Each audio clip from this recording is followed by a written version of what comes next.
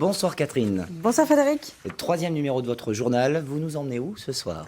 Alors ce soir, on joue à domicile puisque l'on se penche sur le nouveau canton de Rouen 1. Je vous rappelle au passage que avec le nouveau découpage, il n'y a plus que 3 cantons dans la capitale normande. Alors ce canton de Rouen 1, qui administrativement est en fait le canton numéro 28, c'est précis, regroupe désormais 12 quartiers répartis sur chaque rive de la Seine en centre-ville. Il part de la préfecture et de la gare pour aller jusqu'à Rando et au Faïencier. Il rassemble un tout petit peu plus de 38 000 habitants et va voir s'y affronter 4 formations politiques, avec notamment une alliance inédite à gauche. Il fait partie des cantons test qui pourraient basculer à droite avec le duo UMP-UDI mené notamment par Jean-François Bure, l'actuel président du groupe opposition UMP à la mairie de Rouen.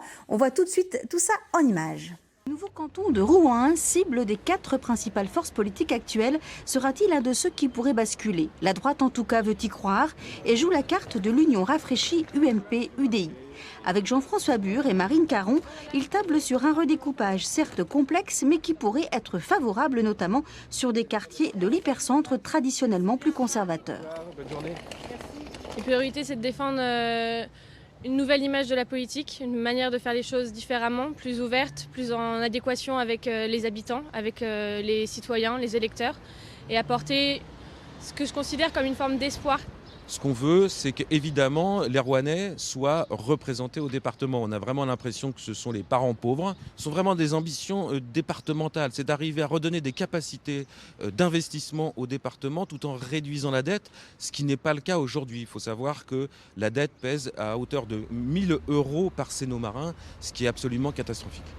Mais bien implanté localement, le PS, lui aussi, compte bien conserver ses positions.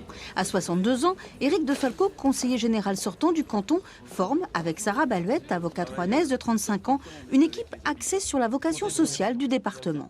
Les solidarités envers les habitants, la proximité absolue, toujours auprès des habitants, c'est l'aide personnalisée d'autonomie, la prestation de compensation du handicap, c'est-à-dire ce qui concerne les gens au jour le jour, c'est la proximité avant tout. Nous sommes sur le canton 1, un canton en pleine expansion et en plein essor. Les quartiers de Luciline, l'écoquartier Flaubert sont des gros enjeux pour notre ville de Rouen, pour notre canton.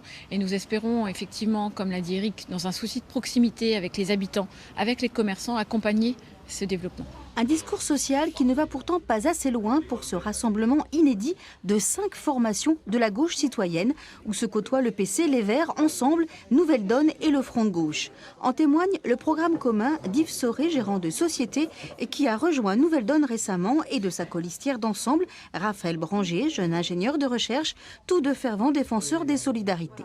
L'enjeu le plus important, c'est tout ce qui concerne le lien social et donc le tissu associatif, qui aujourd'hui en fait se voit déstructuré par des phénomènes de regroupement, de fusion, de suppression en fait de subventions.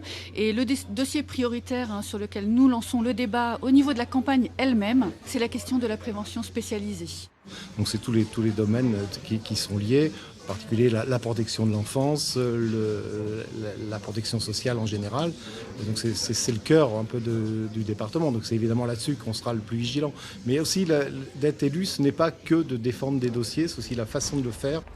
Mais reste un adversaire de taille qui risque de faire la différence, le Front National, cette fois présent sur tous les cantons, avec des duos inédits, encore un peu timides sur le terrain, comme celui formé par Jean-François Bollès, conseiller municipal de Rouen, et Camille Bossert, retraité. Il prévoit une campagne éclair mais intense, axée sur la critique de la politique actuelle. Les priorités, je pense qu'il faut qu'on arrive à reconnaître Rouen, non pas comme une petite ville de province, mais quelque chose d'important. De voir un petit peu que chacun y trouve sa place. Une politique de rigueur au niveau des économies, au niveau du budget, qui est un des plus forts budgets et un des plus endettés de France, de façon à pouvoir faire au moins baisser de façon significative les impôts que payent tous les contribuables de Seine-Maritime. Entièrement redécoupé, ce nouveau canton de Rouen 1 s'étend sur les 2 rives de la Seine avec un électorat assez dispersé, difficile à mobiliser sur ce type de scrutin. Aux dernières cantonales, seuls 40% des électeurs s'étaient déplacés pour voter.